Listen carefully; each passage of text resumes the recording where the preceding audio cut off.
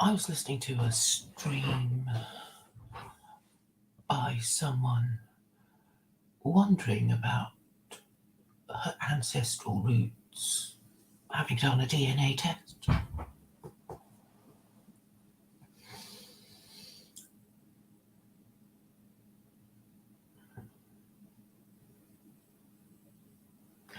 I suppose the people who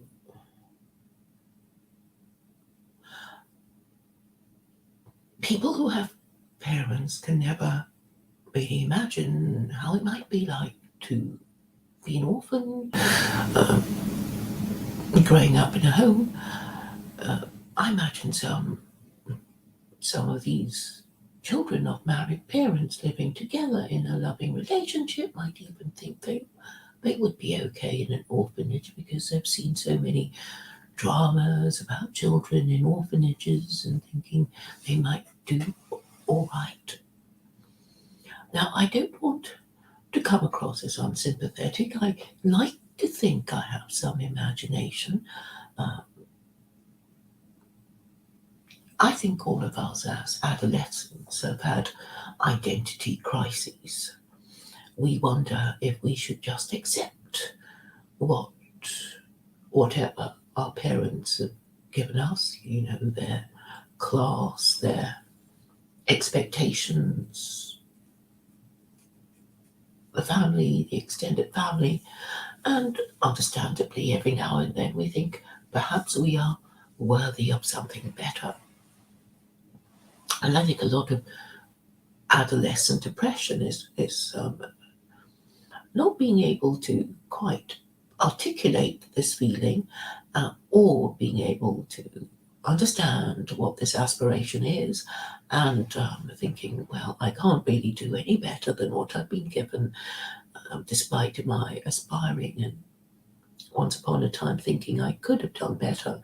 But of course, it is too early to say. You cannot say in your adolescence what you will become when you are mature.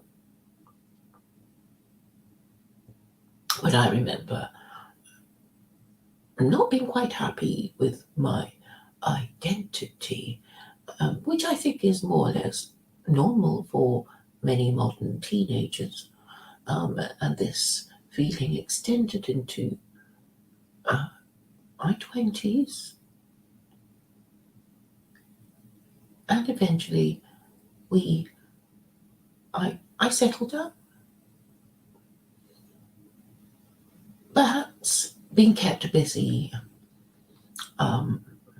prevents one from, or being in a relationship, really. You are in a relationship, you don't really have time to ponder about your hypothetical desires, your dreams and all that. You just wouldn't have the time. You'd be too exhausted by the end of the day to hold on to your dreams. So perhaps this depression, this wondering what could have been, what should have been, is a feature of adolescence when teenagers don't quite have a full-time job where they live at home and they can have their dark thoughts in the comfort of their parents' home. Now, what happens when you grow up and you really haven't had acquired a more concrete sense of self? Obviously, family help. I think the reason why teen gangs are so important to teenagers is that these teen gangs give these teenagers their identity. I'm certainly not saying that it is the best identity that they can choose, but it is the beginnings of this attempt to start finding out which group you want to join and whether they will accept you, and perhaps being depressed when they don't accept you. I suppose if you're a geek, you won't be joining the jocks. If you're a rather plain bespectacled, studious kind of girl, you won't be joining the cheerleaders.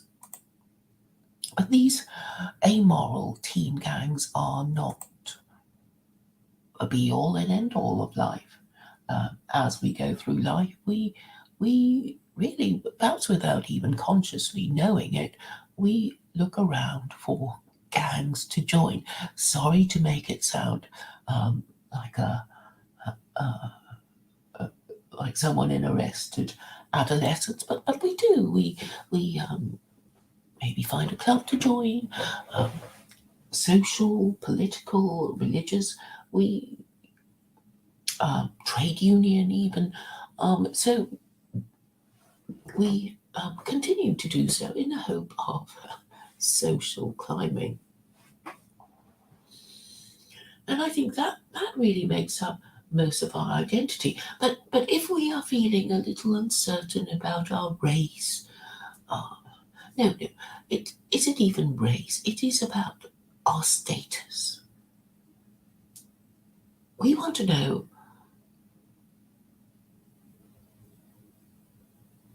fundamentally, we want to know who we are, and there are clues. We have our parents, but if we don't have parents, if we are orphans, then we are left to our own devices.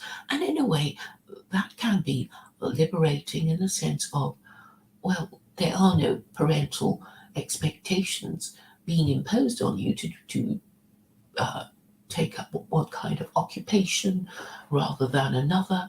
And but then also this liberty is can cause depression, because then you don't know what to do, and then you may be convinced that whatever you chose was the wrong thing, and this causes more depression.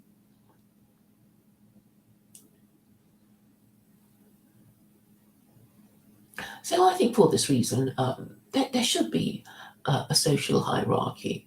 I mean, life is hard enough to, you know, try to work out what we should be doing. I mean, this is one of the reasons for existentialism. So, uh, philosophically, existentialism is about, well, what should we do? Uh, and I have often, yes, what should we do with our lives? And I always think that uh, Christian existentialists are really fakes. You can't really be an existentialist. I mean, nobody talks about being, a Jewish existentialist or a Muslim existentialist. It would be a contradiction in terms. But why are there so many Western philosophers who call themselves both Christian and existentialists, like Soren Kierkegaard? I think it's because really they don't find the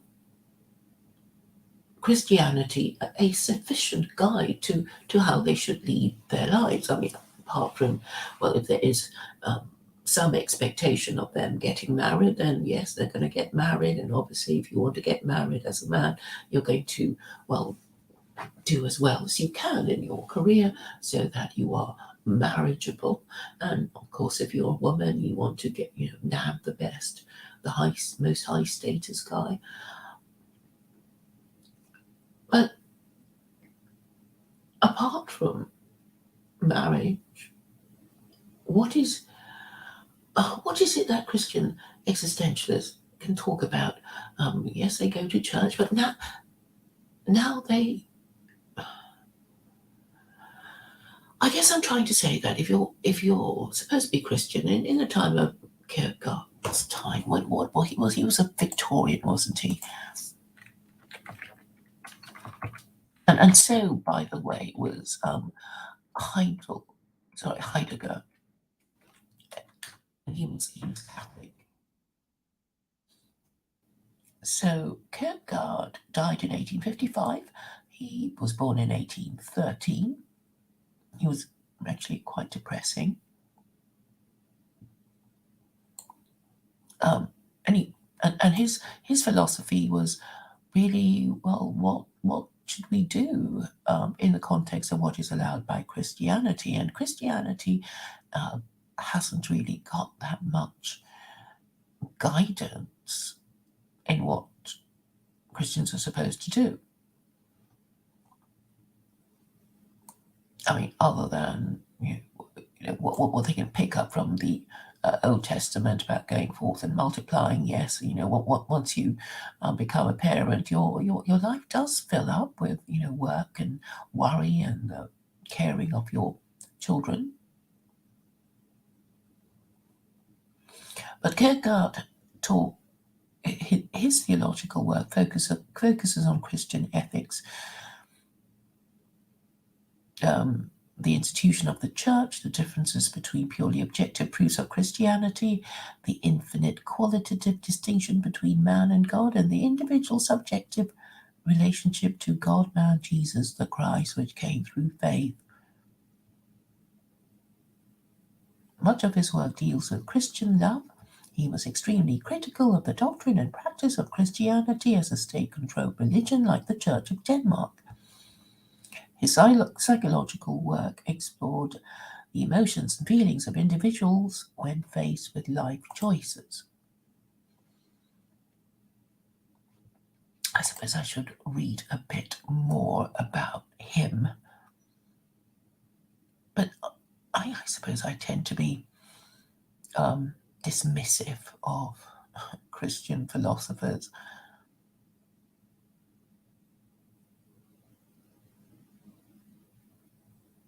because I think what they're working from is fundamentally incorrect. So if you choose a better religion, then you'll have a firmer sense of your own identity, and then you wouldn't be worrying about your identity anymore. So if the most important part about your identity is wrong, then you are going to get into difficulties.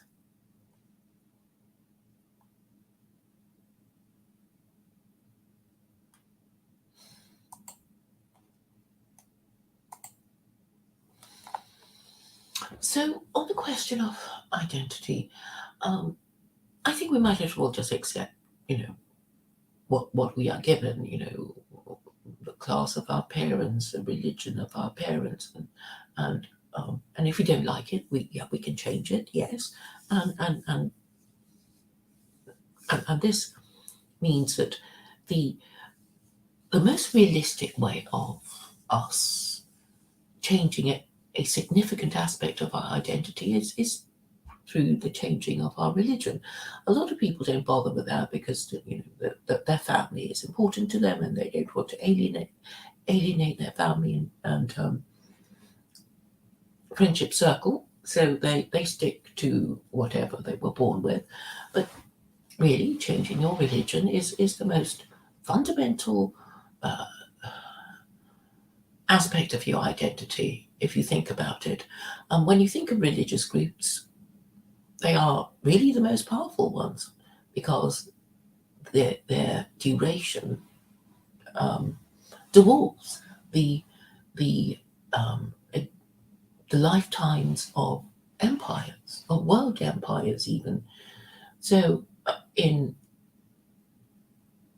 for Christianity, there's already been three global empires.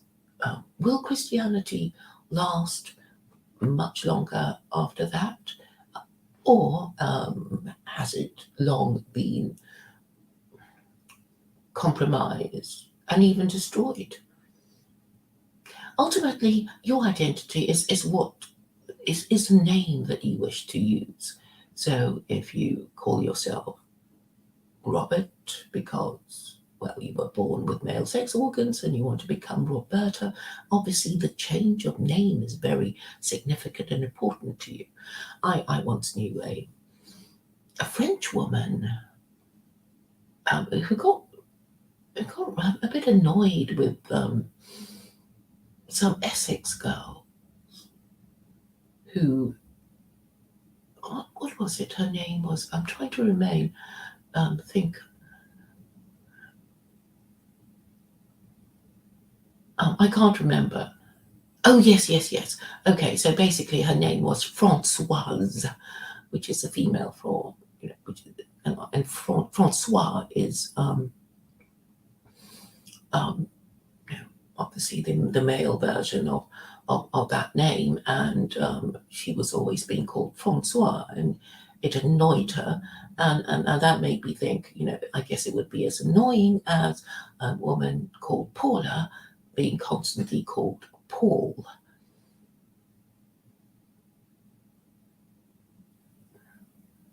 I mean, obviously the difference, between Frank and Francesca is you know, noticeable because of the number of syllables to distinguish one from the other. So when people get our names wrong, we get a bit cross, or they get they attribute um, our parents to our parentage to the wrong set of parents. We might get annoyed. So, what am I trying to say?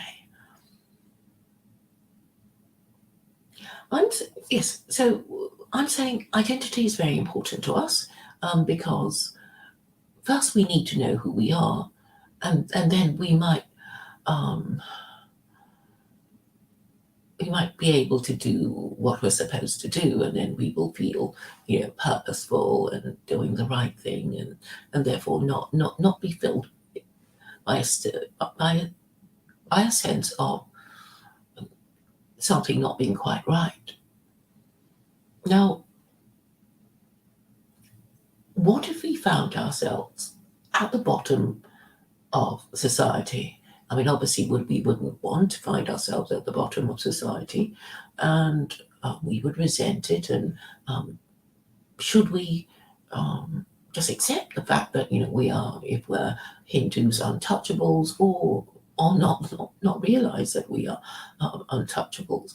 I think it would actually be better to know that we are the worst of the worst than to not know that we are the worst of the worst, and for other people to think we are the worst of the worst, but we don't know. So the equivalent of that would be, we think our parents is, Lord and Lady something, but actually, we're not. We're the lowest of the low. We are, the our parents are peasants or criminals or something like that. But we didn't know, but everybody else did, but we didn't know. I mean, that would be worse than somebody who knew that their parents were criminals or something of that nature, than to not know. And this brings me to the point of, to the question of, if we're the slaves of God, uh, would it be better for us to know that we're the slaves of God or not know it? And I think, of course, we should know it. It is better to know that we are of a lowly position than to think we are high-born and powerful, when in fact other people just regard us as, mad people who don't know who the hell we are. And what is worse than people who don't know who we are? And I think a lot of mental illness stems from it. And obviously, as I was saying earlier about teenagers might even think of killing themselves if they're not happy with their identity, and some of them even get round to doing it. So what are we to do if we're no longer happy with our identity, um, when we are parents? What should we do?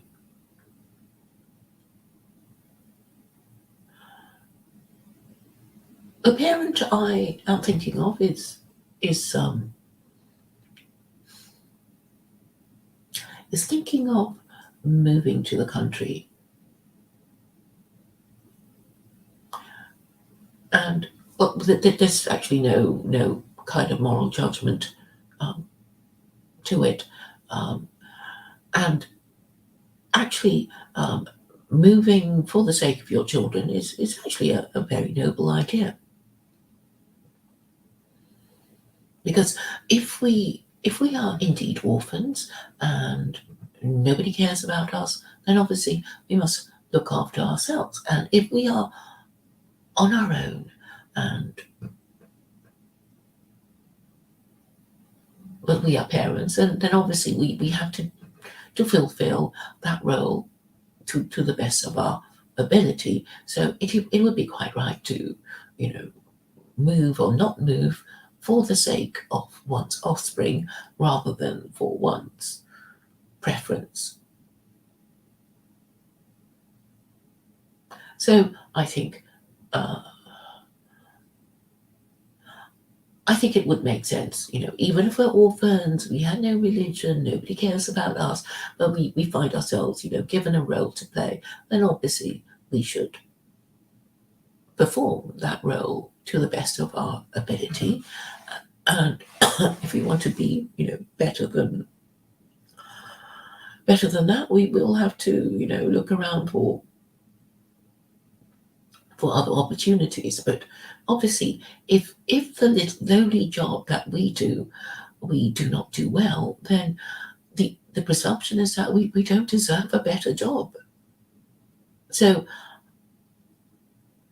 there will never be an excuse for not doing a particular job properly, even if we don't like it, if our aspiration is to do something else. Because we have to prove to ourselves and to others that we are capable of doing better. But if we can't even do our lowly job well, then obviously we don't even deserve the lowly position that we already have. So back to the question of existentialism about what we should do with our lives. I believe that people would be more philosophical about their lot in life if they knew that it was destined, it was decreed, it was inevitable, inescapable, because either social forces um, made things the way they are, or some divine force decreed that our lives should be like this. That we should marry or that we should not marry, we should, have children or not, and all that. But within the parameters of where we find ourselves, we are still capable of making life better or worse by fulfilling our roles well or badly. So, uh, so let's assume that we don't actually. Okay, we're single. We don't have children to worry about, and we only have to please ourselves. What should we do? Again, the question must be, or the issue must be, well, whatever role we find ourselves in, we should perform it to the best of our ability. Um, and I'm saying, okay, we don't have a spouse, we don't have children to look after, we don't have parents who have expectations of us.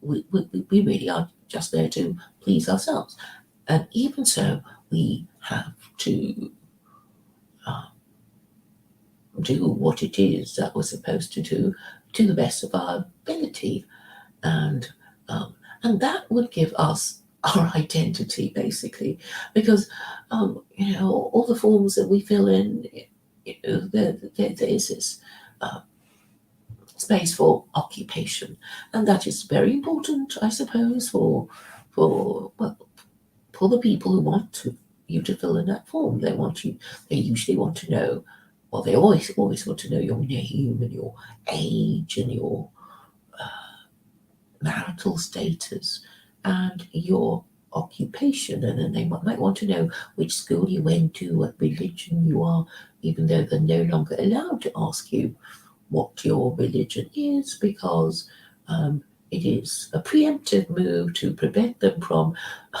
religiously discriminating against you, and you don't have to declare your race to preemptively prevent them from discriminating against you. But they might ask you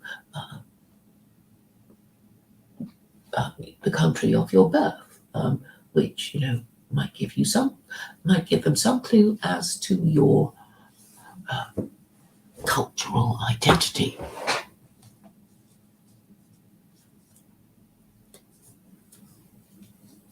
So I think it is white, Western, Gentile.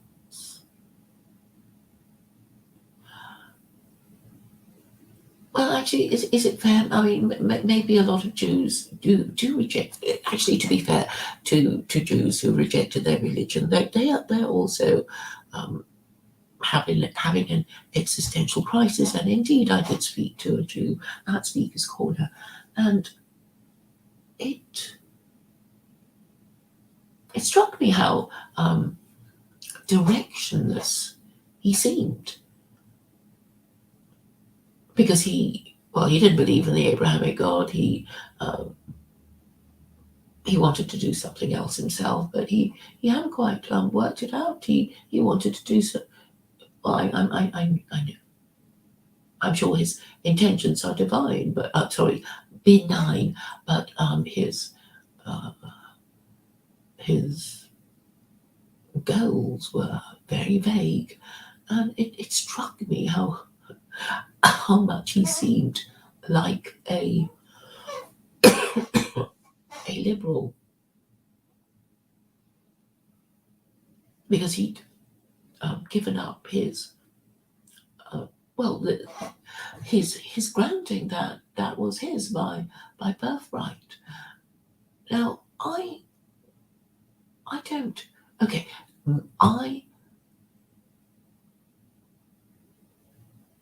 I had an identity to rebel against, which I did.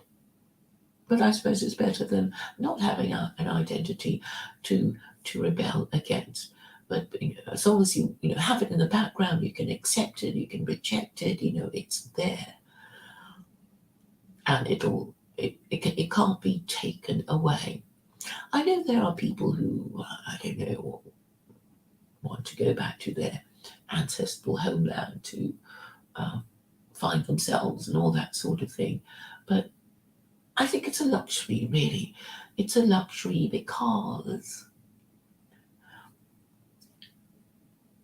because it's really a holiday, and going back to your ancestral homeland won't particularly help.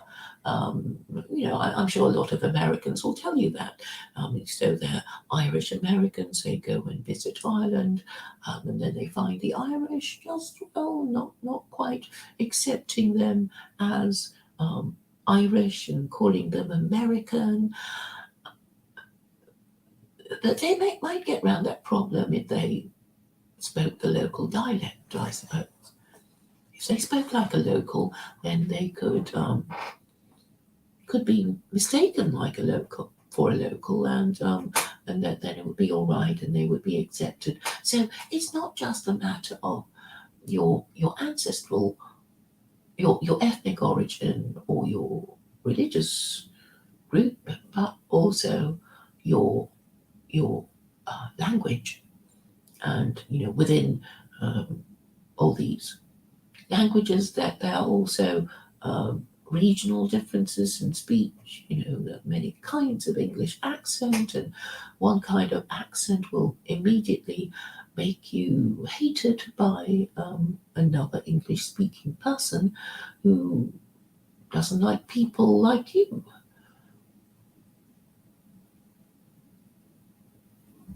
So language in itself is not a sufficiently uniting factor, considering how many wars English-speaking peoples have fought against each other. So really, we come back to the vexed question of religion, also known as a moral system, which has rules that regulate the behavior of people of the group. and which might protect them against their government. So we go back, as all my streams do, to the question of how how uh, how we can use religion to improve our lives and to give ourselves identity. But what if you hate the religion that I propose?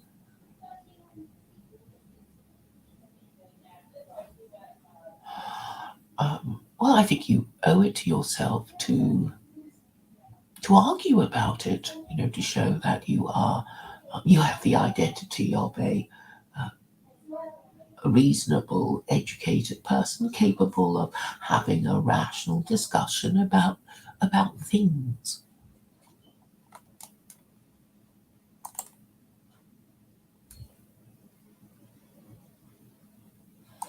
Unfortunately, there are so many people who can't do this. They have a very short attention span. So basically, I'm talking to a people mostly suffering from ADHD who can't admit that they're wrong, who can't admit that their moral system has crashed and burnt, who are in two minds about what to do. And this manifests itself as neurosis, denialism, um, all kinds of difficult behavior, contradictory, um, well, mixed messages, and frequent changing of mind, saying yes, meaning no. So this neurosis, which is what it is, it's neurosis, must be resolved in order for the problem to be solved. And it cannot be resolved without a full and frank exchange of ideas, which neurotically they refuse to engage in.